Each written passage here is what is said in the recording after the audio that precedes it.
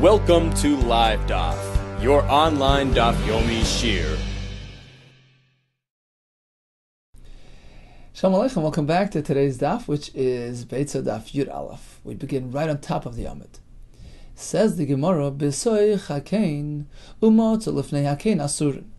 Let's go back to our Mishnah for a moment, where we learned that one is meant to prepare his birds in advance of Yom Tov, to make them muchan, designated for Yom Tov use, to remove any muktzah concerns. So he approached his birdhouse Erev Yom Tov. He designated some birds who are b'soy chakan, inside the nest, inside the birdhouse. Comes back Yom Tov, they're no longer inside. Where does he find them? Lifnei hakein, right in front of his birdhouse.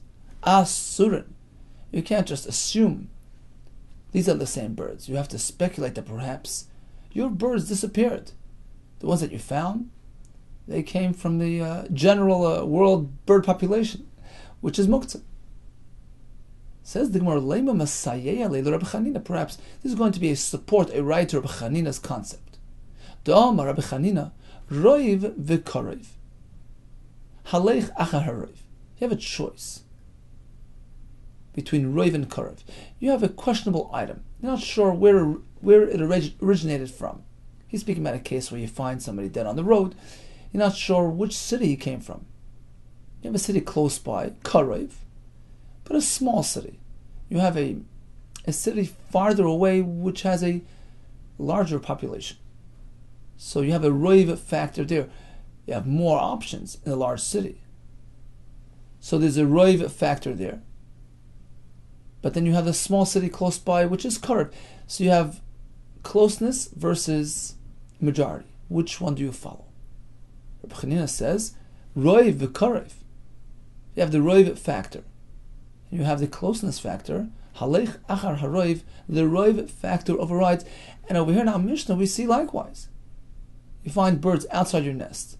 You're not sure that they originate from the nest, which is Korev, right nearby. In which case, these are the same birds that you have prepared, and they're not muktzah. Or do you follow Roiv, general world bird population, which are muktzah? There are many more possibilities there, many more birds out there than in your nest. So it's Korev versus Roiv. And what does the Mishnah say? Asurin. We have to assume, we have to speculate, suspect that perhaps they came from elsewhere, because Roiv overrides. Is this a right to Chanina? Amar Abaye, no, not necessarily. You know why? Because we're speaking about a unique case. Even in our Mishnah, it's not just Roiv versus Korev. On both sides of the question, you have a Korev factor. You have Korev here, and on the other side you have Korev and a Roiv, which override and tell you that it's Asa. Amar Abaye b'daf. We're speaking that there is a daf, a ledge, protruding from your birdhouse, upon which many birds come to rest. So it's used as a rest stop for the general world bird population, which are muktzah. Now you found birds outside your nest. You have a shaila. Did it come from the nest itself, which is Korev, which is not muktzah? Or perhaps, does it belong to the, is it part of the general world population of birds which happen to perch on your daf, on your ledge? And that's Korev as well, it's right here. And that's Roiv as well. So, in the direction of Heter, you only have one aspect, Korev, the birdhouse. In the other direction, you have two factors. Closeness, because it's close to that the place where everybody perches, and it's also Roiv. There are many more that come by. They're greater in number than the ones that you left in your birdhouse. So, on the Isser side of things, on the Muktzah side, you have two factors, Roiv and Korev, and certainly they override the one factor, Leheter, the Korev factor. So it's unrelated to Rabbi Chanina, who speaks about an equal equation. Roiv and Korev, what do you follow? Here we have Korev telling you it's mutter, it's part of the birdhouse. On the other hand, you have Korev saying, no, it came from the other birds sitting right nearby.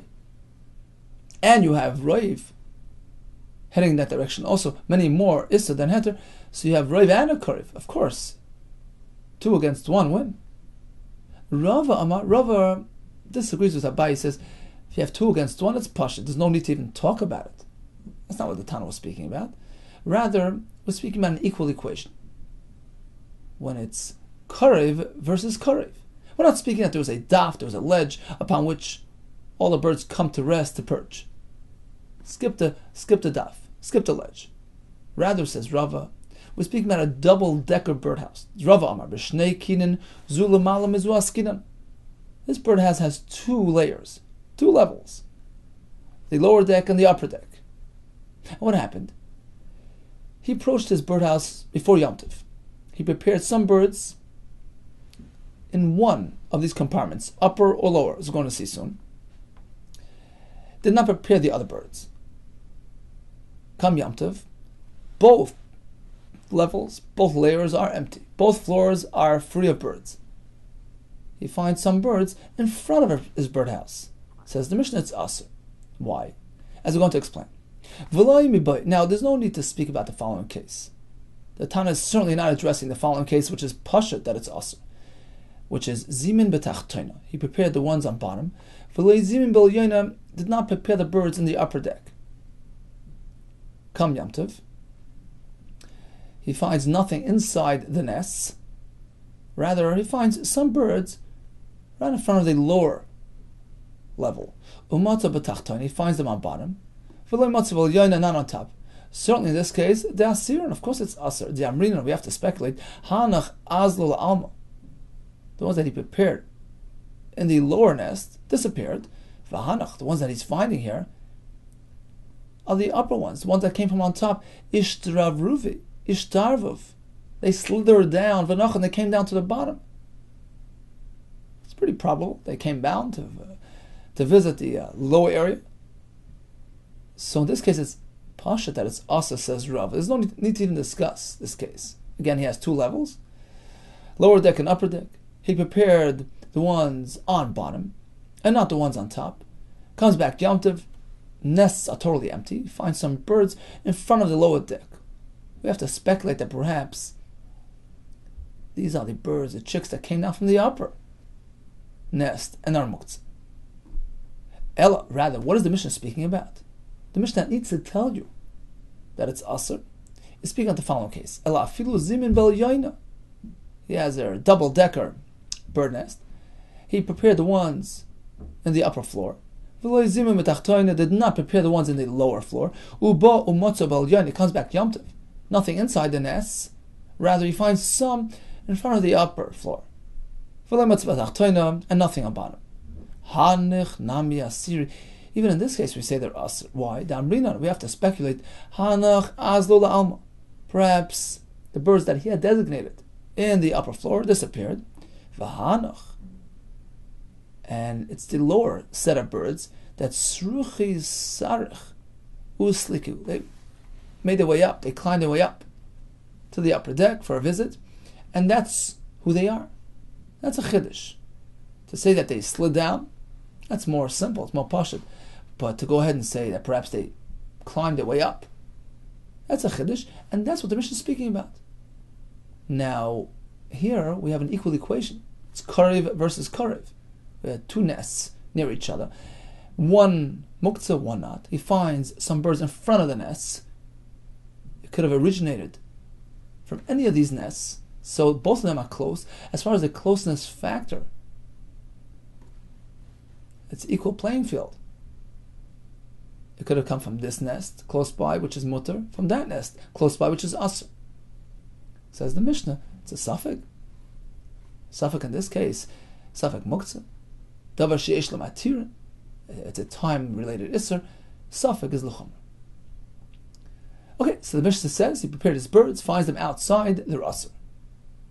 Abai says we're speaking about there was a ledge there where many birds come by for a little rest. So it's considered the public rest area, in which case you have many more birds that are muktzah that can perhaps have supplied the birds that you found. So you have on one side of the equation a reason to be mater, karev. Let's assume these birds that you found originated from the nest that you prepared. On the other hand, we have the ledge, which is karev as well, which is asur and raiv. 2 against 1, it's asur. Rabbi says we're speaking, there's no ledge. you prepared one set of birds in one of the layers, and the one other floor is not prepared, you find nothing inside the nest itself, you find them outside. And the chiddush is, even though you have an equal equation here, it could have come from this nest, which is mutter, and that nest was just asr, and even was speaking that in order for it to have been isser, you have to assume that they made their way up from the bottom to the top. The chiddush is, we have to be concerned about that. We have to be choshish, and we say it's asr.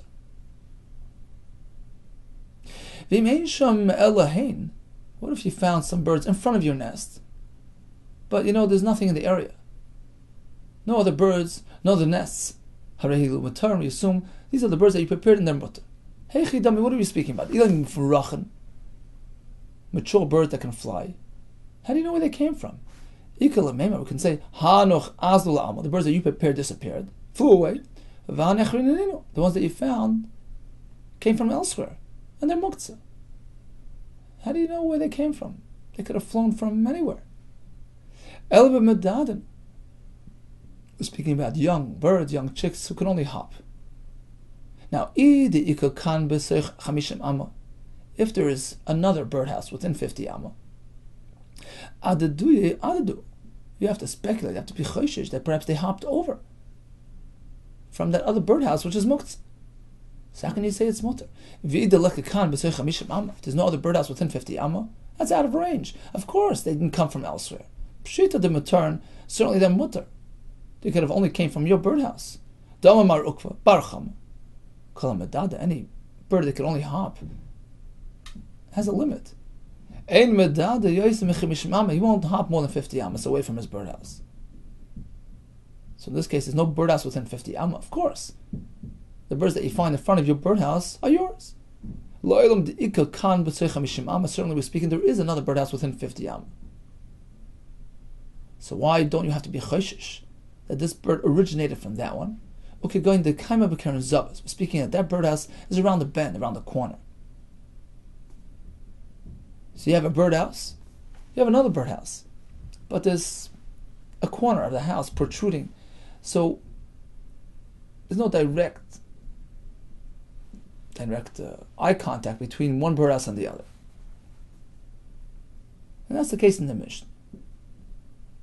So even though it's within 50, but since in order to get from one to the other, you have to make that turn, go around that wall, we don't have to be choshish that this chick ventured that far. Perhaps I would say, adadu. These birds came hopping over from the neighboring birdhouse, and their muktzah kamashmon, the chiddush is, don't worry. Why? Because these young chicks, when they hop around, if you can hop and still see, and turn around and still see his home, he feels safe and secure, and he hops around. But if he can't see his birdhouse, his vision is blocked, such as in our case. He has to make a bend, he has to make a turn around that corner to get to the other one. He won't venture that far. And therefore you could safely assume that your birds are yours. Eli is this wooden club that they use to crush grain. So it's muktzah. Says Beishamai, come Yantav, you can't take this ali, this wooden club, lekatzev alav bas, even in order to chop meat on it. Asks Taisus, why not? It's like a hammer. A hammer cannot be used to knock nails on Yantav, but you can use it to crack open a nut. Even a klisha malachte le'isr is muta l'tzerich gufay. Says Taisus, it's more than malachte le'isr. It's muktzah machmas chesar and kiss. It's valuable. It's meant to be stored in a specific place. You don't just handle it for no reason. In this case, Beis Shammai say we have no heter to use it for other purposes. It's muktzah, and don't even use it for cutting meat. Ubeis Hillel matir, they say no. On account of Simchas Yom Tov, we suspend the Isser, we allow you to chop meat on this muktzah item. If you have some skin, some leather, from an animal that you shechted on Yom Tov, you can't take that leather and place it in front of in front of the pedestrian traffic, so they step on it, trample on it. If they had durson, so it's trampled upon, he'd like to do it in order to salvage his skin so it doesn't harden by the time Yom Tov is over. So he's going to try to get it somewhat processed. It's not Issa D'Oraisa. It looks like it's being processed. It's not a true processing process. Still, Beishami say you can't do that. It's Issa D'Rabbanan, and even though he might be discouraged from doing shechita at all, because he doesn't want to experience this loss, we don't allow it. V'lo yigbienu, nor can he even pick up this skin once he took it off the animal. It's moktzah. Ella imkein yesh yimay kazayis basar, unless there's a kazayis basar on it. Ubesil matir, they allow it to handle it and to have it trampled upon. We're concerned that he's gonna deprive himself of simchas Yom Tov otherwise. So in order to encourage you to do shechita, we allow you to have it somewhat trampled, somewhat processed, to avoid loss. Tana, we learned in the Beitzah, B'shavan. All agree, even Beishame agrees, Beis Hillel agrees, Shim Katzav alav basar, once they took this ali, this club, and chopped his meat on it, he's done. She'asal tatlo, he can no longer handle it. Just because we allow him to use it for the time being doesn't mean that Chacham suspended the entire muktzah designation completely for Yom Tov. He can use it when he needs it, but then afterwards it's muktzah again. It reverts back to its original state. This whole discussion is only by this club, which is muktzah. Then Beis Shammai say, it's muktzah, don't use it. Aval betavra garmi. Suppose you have this cutting board on which you chop bones, you cut meat. Tivra called mutter. All agree it's mutter to handle it on Yom Tov. That's not muktzah. And don't think, well, perhaps there's a chashash that he's going to have to take it over to the location, then suddenly he might have a change of heart. I'm not going to really use it, and that's an unnecessary tircha. Don't worry about that. We allow you to handle it on Yom Tov. Pshita, of course, Eli Tanan. The Mishnah spoke about this Eli, this muktzah item. Apparently, a simple cutting board is not a problem. Ma'od, perhaps I would think, hu adin. The same concern would apply to our case. Dafilu tavra garmi nami. Even a cutting board is muktzah. Should not be handled. Not muktzah, but shouldn't be handled on account of his chashash. He's going to have a change of heart, unnecessary handling. Perhaps even there, Rishami wouldn't allow. Ali, why does the Mishnah specifically mention Ali? To highlight Beis Hillel's shita, dafilu davar shamlachta le'isr. Even a Ali, which is a muktzah, meant to perform a surim, malachis, nami sharu, even there they allow. Perhaps that's why we discussed Ali, but perhaps even by the Tavar Garmi, the cutting board, Beis Shammai would not allow. Kamash B'lan, the Chiddush is no. By Tavar Garmi, it's perfectly mutter. Ikadarmi, there's another version. We had a kasha. Why does a Abai have to tell you that the Tavar Garmi is mutter? It's Pashat. The Mishnah speaks about a muktzah item, not an ordinary cutting board.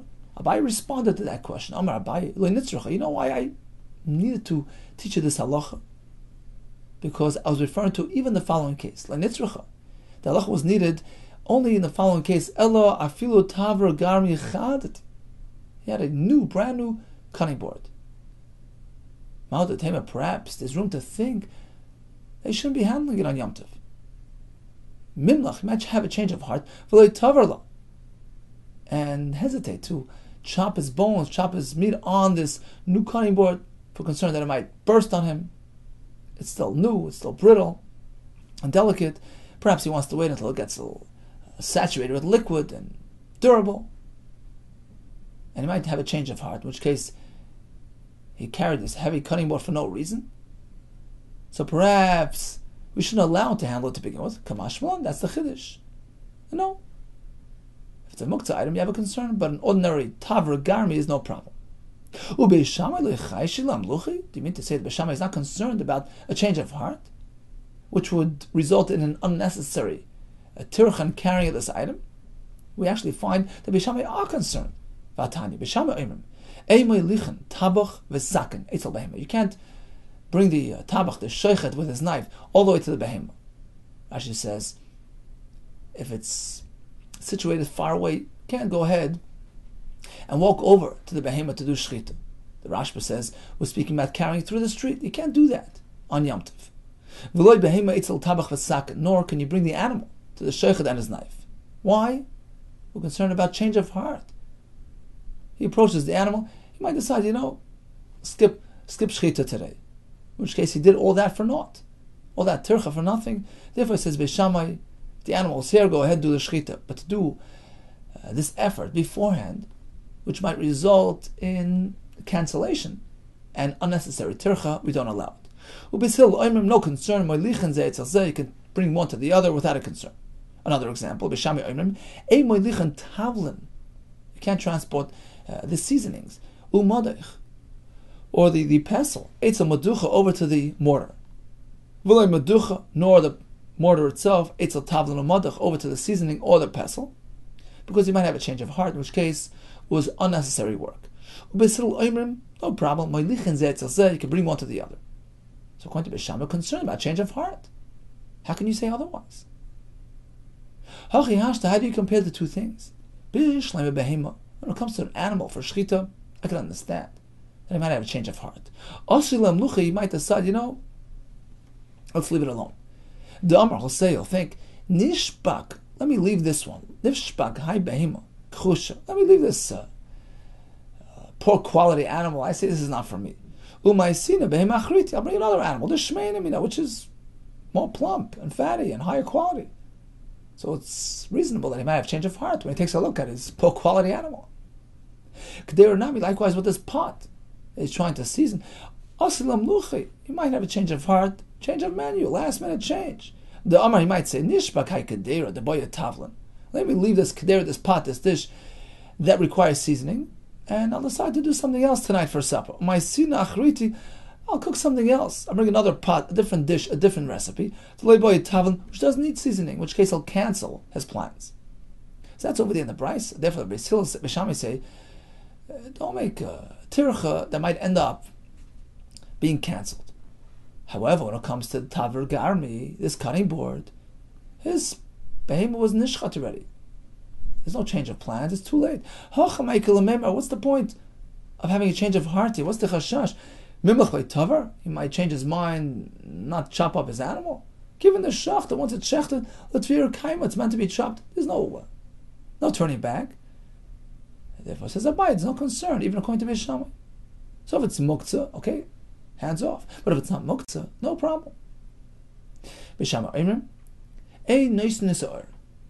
Tanu learned in the Beitzah, Vishavin. Both Beis Shammai and Beis Hillel agree, shemolchen olav basar litzli.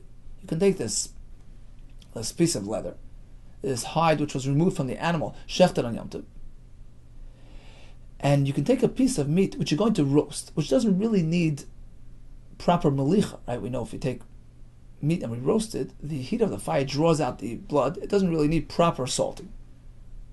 So if he wants to salt it anyway, just a little bit, Taisa says, just for enhanced flavor, that can be done on this leather. So he's going to salt his basar on this leather, so that the salt which drops on the basar, on the leather, will somewhat process it. It's not a full processing system, but just somewhat, a little bit, to preserve it, to keep it intact, so that after Yom Tov you can go back and take care of it.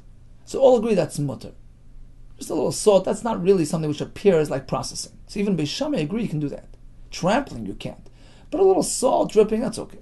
Amar Abai leishanu, that's only said el etzli. If he's salting it just a little bit on this piece of meat going to be roasted, as we explained. But if it's a piece of meat which is going to be cooked, in that case, he needs a proper salting process applied. So he's going to heap some heaping salt on this piece of meat and have lots of salt fall on the fresh piece of leather. That's awesome. It appears like he's processing it. And at least midrabanan it would be awesome. It's not a direct ibud. It's klachar yad. It's an indirect ibud. It's not the way he meant to do it. But midrabanan, according to Beis Shammai, it's certainly asur, and perhaps even according to Beis Hillel, this would be asur as well. It says about pshita, of course. What is the Bai trying to teach us? Let's solely tonight. The Bai said a little salt on this roasted meat, but otherwise it's asur. Hakamashwan, Bai is coming to tell us. I understand heaping salt is asur, but suppose he has a piece that's going to be roasted, and he'd like to add a little bit more than your standard dose of salt, which is generally applied to roasted meat. which resembles the quantity used by cooking. Not exactly that much, but so in the middle. So this moderate salting process on this fresh piece of leather is usher as well. It's only a minimal amount of salt. Litzli is mutter, but anything more than that is usher. Taner Rabbanon, ein molchen as hachalav. Likewise, you can't salt the pieces of fat which were taken of the animal which were shechted today. So the point is, perhaps to preserve your fats until Matzah Yom Tov. So you would salt it. You can't do that. It's a melacha d'oraisa, me'abed, processing. You can't even overturn the fats to keep them fresh and air it out to prevent spoilage. Why? The Gemara will tell us because it might lead to salting. That's the Tanakam. That's the Rabbanim. You can't even handle it. You can't even refresh it, overturn it. Mishum Rabbi Yehuda Amru. However, in the name of Rabbi Yehuda was said, he's mekel regarding airing out the fats. You can air them out by hanging them on top of these poles and pegs. Why? Because otherwise, he might not want to do the shechita at all if he knows he's going to incur this loss, lose all his fats. Amar of Masna, loch Rabbi Yehuda. We follow Rabbi Yehuda that it's mutter.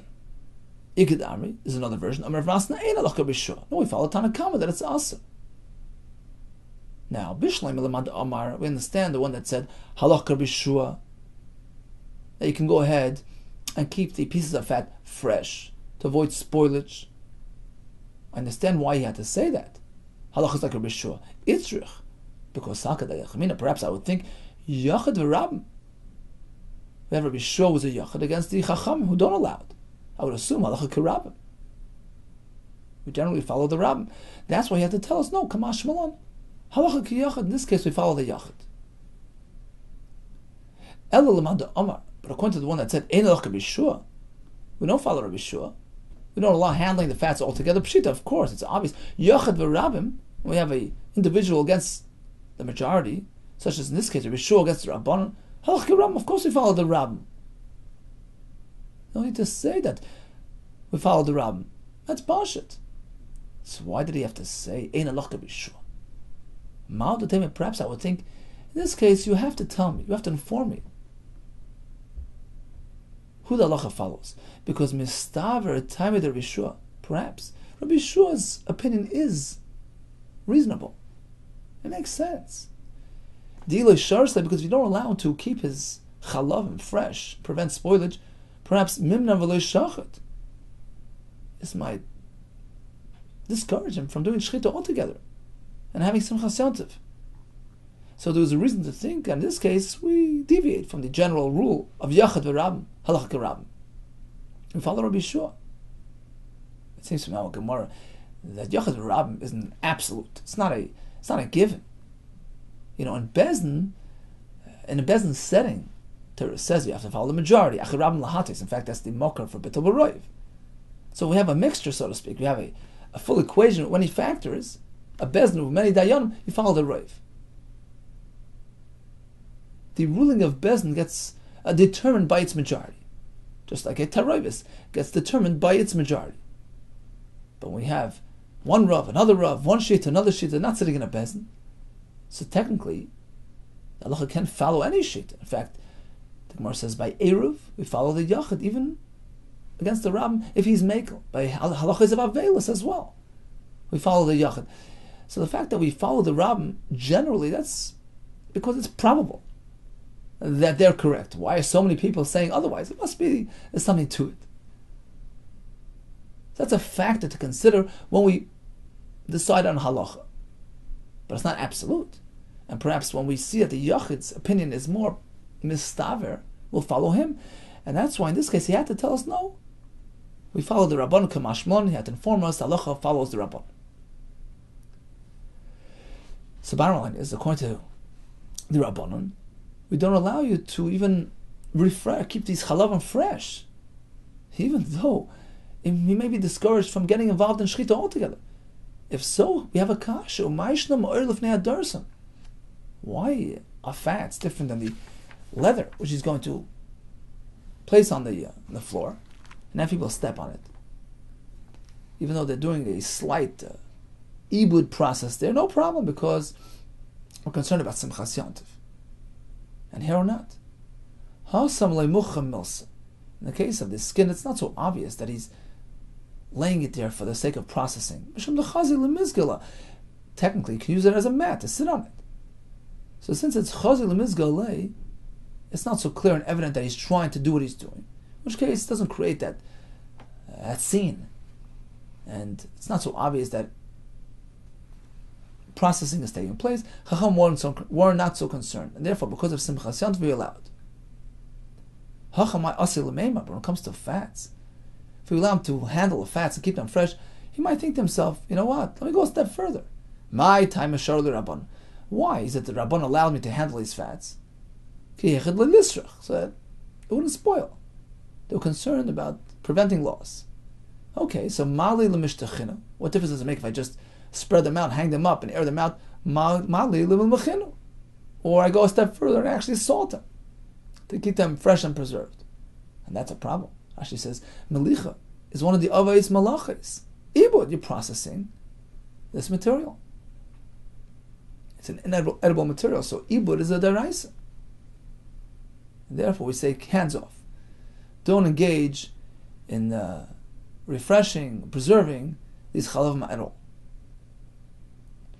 Amar Vidamar Shmuel, in similar vein, Melech Adam Kama Chatichas Basar Basachas. When it comes to edible pieces of meat, you'd like to salt them, even though you really only need one.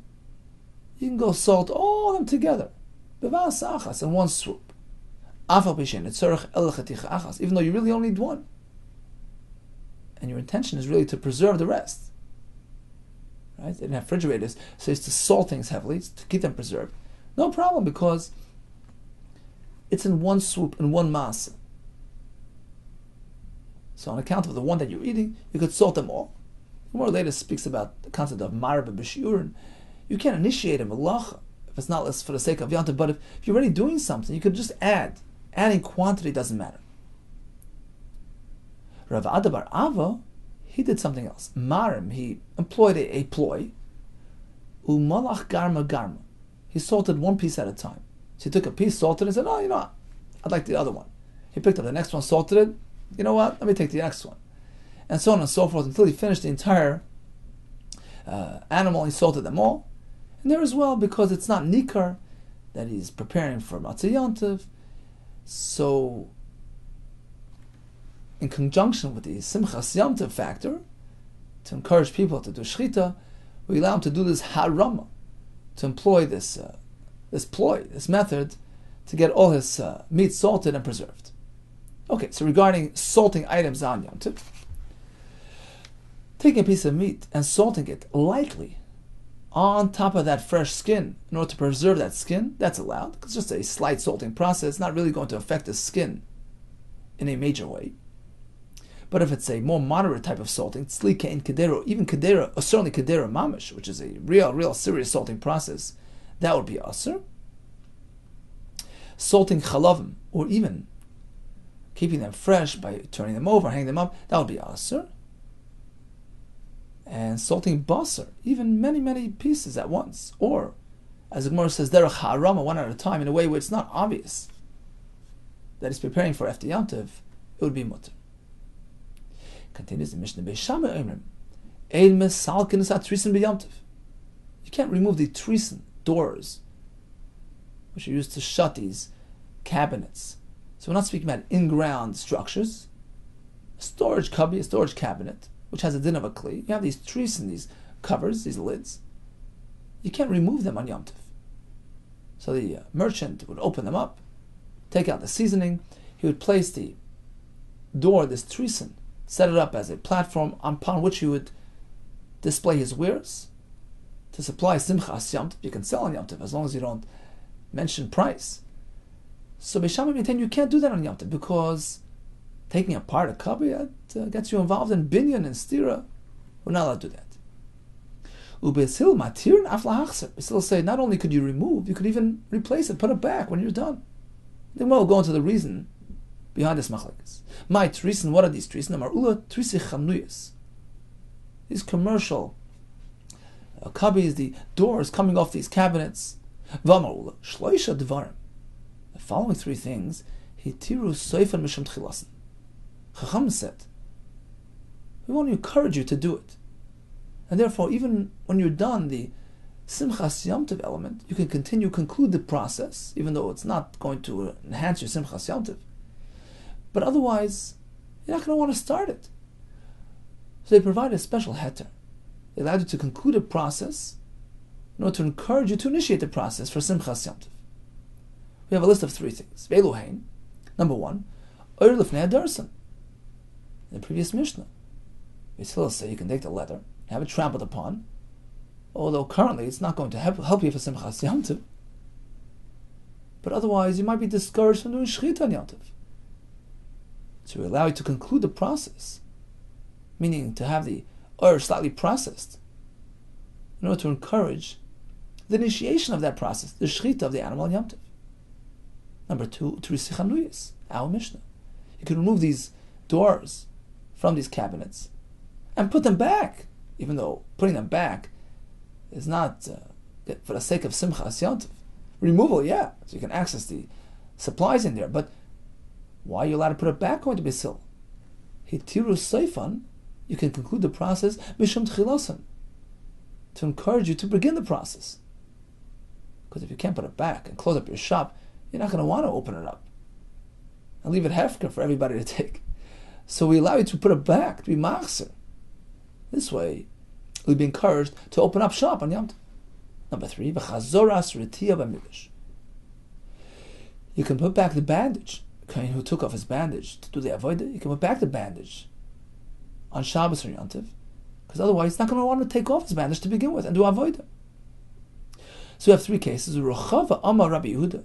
Rochava quoted Rabbi Yehuda. Rashi says Rabbi Yehuda is actually Rabbi Yehuda, but he called him Rebbe because he was his Talmud Muvak. He added a fourth to the list. This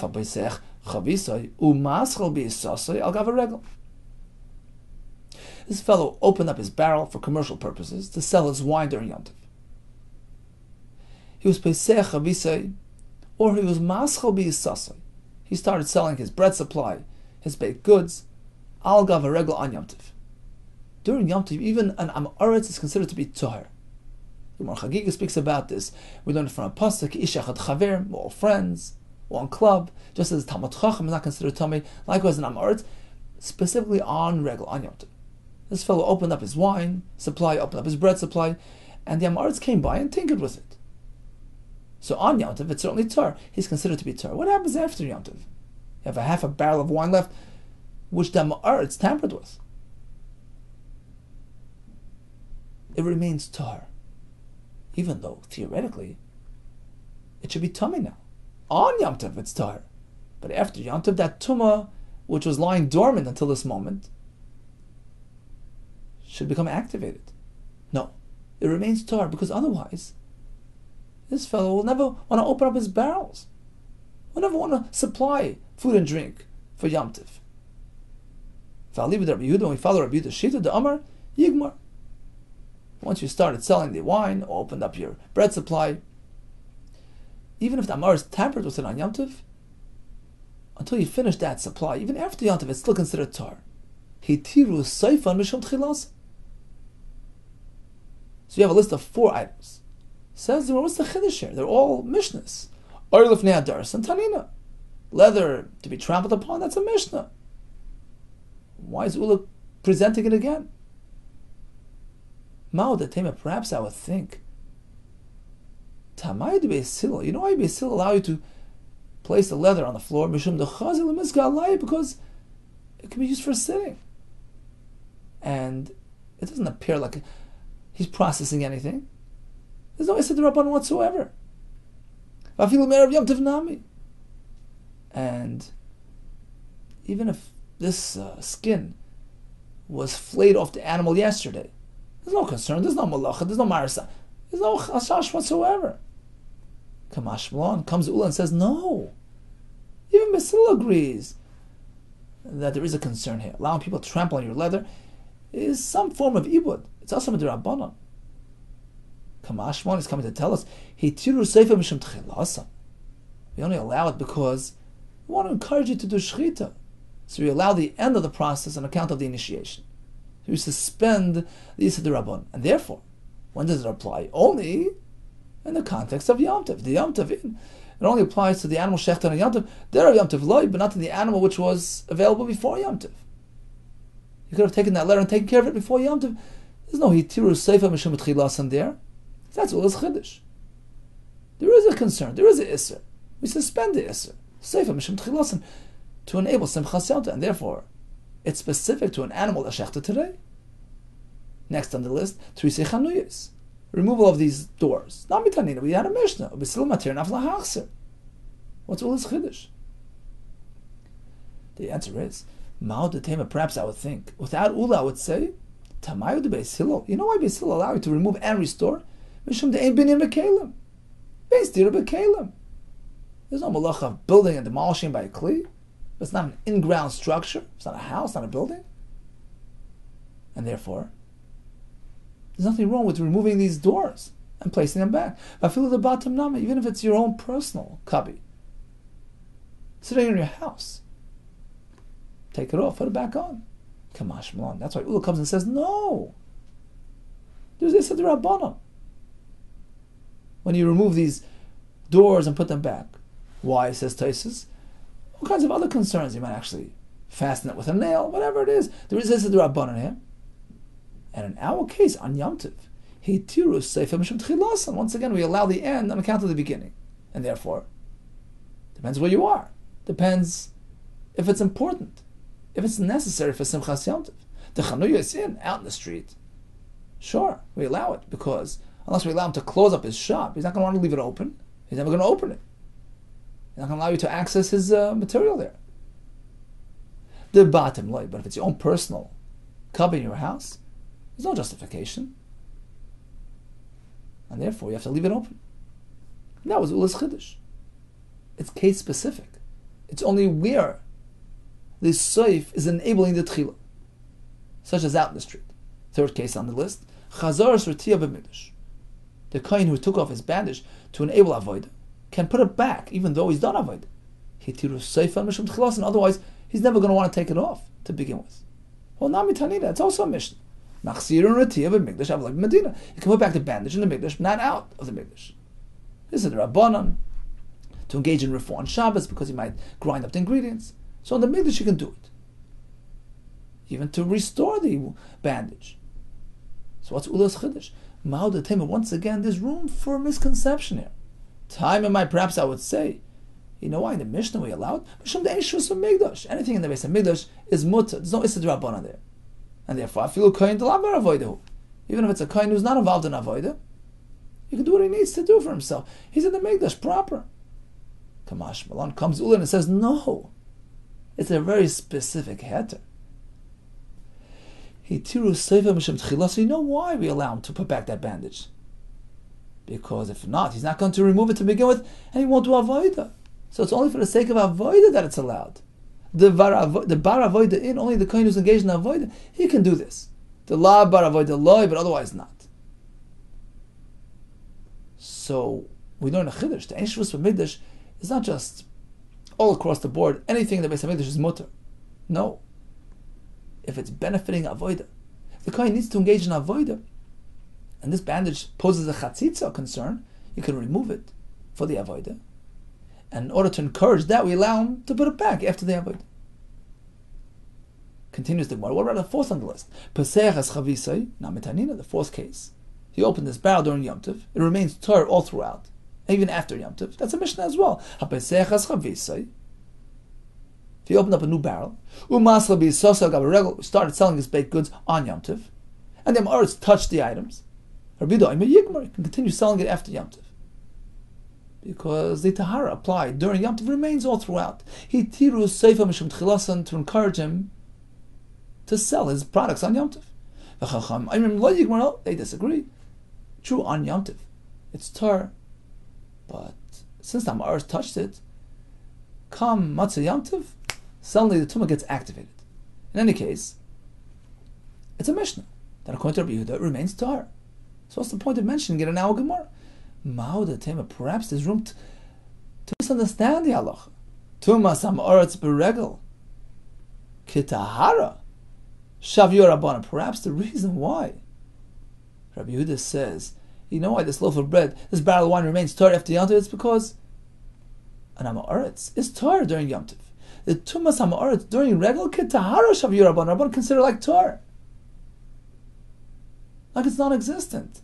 That Tumah factor. And if so,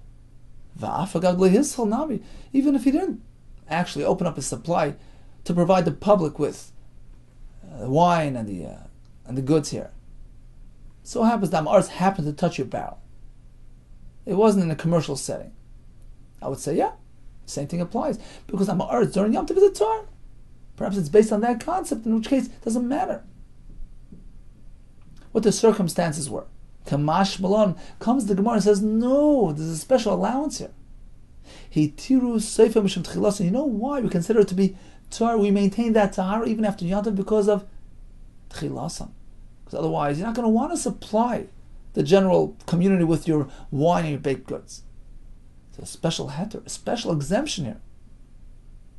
His in, that's only because he supplied his goods. But if he didn't open it for the public, so it happens that the Ma'aretz came into contact with your bread on Yom Tov, so on Yom Tov he's tar. But come after Yom Tov, it becomes activated. So it's a special heter on account of the fact that he's supplying the general tzibur with goods. So we had 3 cases by Ula, and an additional case presented by Rabbi Yehuda. Rabbi Chava, the name of Rabbi Yehuda. Now, why didn't Ula mention all 4 cases? Why didn't he mention this 4th case of the wine and the bread on Yom Tov? He wasn't discussing things which are in dispute. It's only Sheitas Rabbi Yehuda. Rabbanan say, as soon as Yom Tov is over, it's tummy again, so you don't want to get involved in it. He discussed only universally accepted halachas. Well, Hanach Nami, the 3 that he mentioned are also pluked in Inu. Machlekes between Shammai and Beis Hillel. Only Beis Hillel allowed, not Beis Shammai. And says the Gemara, Beis Shammai, b'makom Beis Hillel. When you have Beis Shammai's opinion in the face of Beis Hillel, ain't a Mishnah. It's not considered an authoritative view, and we don't really reckon with it. As far as we're concerned, it's an absolute clear halacha that it's mutar, and that's why Ula mentioned those 3 cases. Well, Maslisin Loiki Aitana, says the Gemara, our Mishnah, which says the machlekes regarding these storage doors, these tracing, relates to whether you can remove them. Beis Shammai say you can't even remove them. Beis Hillel say you could even restore it. That's not consistent with the following Tana. Maslisin Loiki Aitana, the Sanya. Omer Reb Shimon ben Elazar. Moedim Beis Shammai Beis Hillel, they both agree Shemasalkin is not tracing by Yom Tov. You can remove it to access the supplies within for tzarech Yom Tov. The question is whether you could put it back once you're done accessing those supplies. You're no longer benefiting Yom Tov by returning back this lid. Beis Shammai said you can't put it back. There's no point. We don't want to suspend the Surah Rabbanan once you're past the accessing your goods. According to Beis Hillel, we're allowed to be machzir, as we explained earlier. Okay, so in any case, we have 2 versions of machlekes. According to this Beitzah, removal according to all shittas is mutal tzarech Yom Tov. The question is regarding putting back. According to our Mishnah, even removal is a machlekes. Continues the Beitzah. When do we say that there's a discussion regarding removal of these doors? Beis Shammai say aser, Beis Hillel mutar, b'sheyesh lahem tzir. That's only when it has a hinge. So in that case, we say putting the door back is a machlekes. There's a concern there. It's connected to binyan. You're reassembling the door. Aval ein lo tzir, but if these doors don't even have a hinge, they are called mutar. All agree. There's no concern whatsoever. You should say loose lid. No concern of binyan. So according to this Beitzah, when it has a hinge, then we have the machlekes. When there's no hinge, no concern whatsoever. Even according to Beis Shammai, it's mutar. V'hatanya. What about the Beitzah where we find things in the reverse? But when do we say there's a machlekes? When it has no hinge. That's when it's asr according to Beis Shammai. Aval yesh lo tzir, but if it has a hinge, they are called asr according to all. It's asr. They have a contradiction between 2 Beitzahs. In Beitzah 1 we say the concern is only when there is a hinge. No hinge is mutar. Beitzah 2 we say machlekes when there's no hinge. When there is a hinge, all agree it's asr. Amar Abaye. He meant to know there are different types of hinges. We have 3 levels. No hinge at all. Then we have like a peg, not really a proper hinge, just meant to keep it in place. Then we have a proper hinge. 3 levels. In the case where there is no peg, nothing whatsoever, just a loose lid, no problem whatsoever. There's no pinion, there's no steerer, take it, put it back, no problem. We have some sort of improvised hinge, like a peg just coming out of the side of the lid, which keeps it in place. Then we have a machlekes. But in the case where this lid has a proper hinge on top and on bottom, it's like a door, it just swings around. That's a proper hinge, a proper door. Then all agree you can't do it on Shabbos or Yom Tov. When it has a sideways hinge, so you have the lid and you have a hinge coming out of the top, like something protruding, poking out of the top, and you have something extending from the bottom as well, which gets inserted into the holes of that cubby and allows the door to swing back and forth. That's a proper hinge. Removing that door, putting it back, is related to binyan. Divra kol also all agree you can't do this on Yom Tov. Eilo and Tzir kol ikr has no hinge whatsoever, no peg, just a loosely fitting door going in and out. Divra kol moter, just like a lid, no problem. Even meshamei amater. Ki pligi, the machlekes applies in the case b'sheyesh lan tzir be'emtza, has a midway hinge, which means it's a lid with a peg sticking out sideways, which fastens it in place. So it's not really a proper hinge. Mar savagazrinan. Beshami maintain mugayzer. In this case, tzir be'emtza, this peg in the middle, atu tzir be'natzad, on account of the other one, which is a proper hinge, which might get you into trouble because that's a true binyan. Beshami hold, even a kli has binyan ustir, and that's going to be a sederaisa. It's don't get involved in handling this type of door. Umar savar legazrina, there's no gzera, and the reason is because even if it ends up having a true hinge, removing that and replacing it is not really issa deraisa, because according to Beitzah, a kli doesn't really have binyan min HaTorah. So at most, he's going to do binyan min d'Rabbanan. So to take it a step further, and not to allow, even when it's just a peg, we don't go that far, and we have matzah. So in conclusion, we had 3 cases. A loose lid with no pegs or hinges, no problem, take it off, put it back. If it has a proper hinge, all agree it's asa. If it has just a peg sideways, Beis Shammai are oiser, and Beis Hillel mater, and that's the machlekes now Mishnah. So when we had 2 brises, which seem to contradict each other, now we worked it out. Brisa number 1 said, when it has a tzir, that's when we have machlekes. That meant a peg. There's no tzir at all, it's mutter. No peg at all, it's certainly mutter. Brisa number 2, which said that when it has a tzir, when it has no tzir, we have a machlekes. He meant there's no proper tzir, it's just a peg. That's when we have machlekes. But if it's a proper tzir, we'll agree it's also, because that's a proper hinge. So they're both saying the same thing, it's using different language. Okay, so what did we learn today? He prepared his birds inside his bird nest, finds them outside. Mishnah says it's awesome. We have 2 pshat. Either there was a ledge there, a daf, where many birds come to perch. And they're also close by. So there's a roiv and a karev, it's certainly awesome. According to the second pshat, it was a double-decker birdhouse. He prepared 1 deck, not the bottom deck. Come Yom Tov, both are empty, and he finds some birds on top. We have to speculate that perhaps these climbed up from the bottom. So you have 2 closeness factors, if karev and karev, still it's asur. Because misafik, it's asur. Mishnah says if there are no other birds in the area, then the birds that you find in front of your birdhouse are mutter. And the chiddush is even though you had another birdhouse within 50 amma. But since this hopping bird won't venture beyond direct vision of his birdhouse, and we're speaking of the 2 birdhouses were situated on 2 sides of a house. There's no direct line of view from one to the other. We assume that the bird found here didn't come from the other birdhouse. What about taking this club, which is muktzah, using it to chop meat? B'Shammai say asr, B'Hillel say mutter. We suspend the muktzah isser on account of simchas Yom Tov. Abaye says if it's just a plain cutting board, even a new one is mutter, going to all shittas. Taking this fresh leather and allowing people to trample on it, according to B'Shammai asr, according to B'Hillel mutter. Removing the trisen from these cubbies, or according to the other sheet in the Gemara, removal is certainly mutter. The question is regarding putting it back. Machlokes b'sham say aser, b'sil say mutter. And in both these cases, leather being trampled, tracing being restored, the reason for the het is because of seifa misham tchilasan, we allow completion of the process in order to encourage you to start the process, to enable simchas yantiv. So we had a list of 4 cases where we applied this concept, the 2 that we just mentioned. Number 3, putting back the bandage after the kohen did avodah, and the case of the wine and the baked goods after yantiv, we maintained the tahara, all for the same reason. Hitiru seifa mishum tchilas. We discussed removing these doors from these cubbies, and the conclusion was, if it's just a loosely fitting door without any peg or hinge, it's certainly mutar l'kuli alma. If it has a proper hinge, it's asal l'kuli alma.